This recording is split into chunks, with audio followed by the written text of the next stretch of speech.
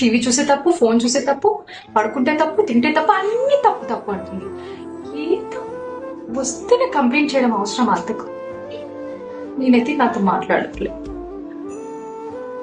సరే, రేపటి నుంచి నేనే చేస్తానని చూద్దాం, అప్పుడెట్లా చూస్తుంది. ఏమ్మా నువ్వు బాగా కష్టమే రూపులేమ్మా, నేను రూపుకుంటాను. ఏమద్దతి అమ్మా, నువ్వు యాదే రూపుగా సరిగ్గా నేను రూపుకుంటాను.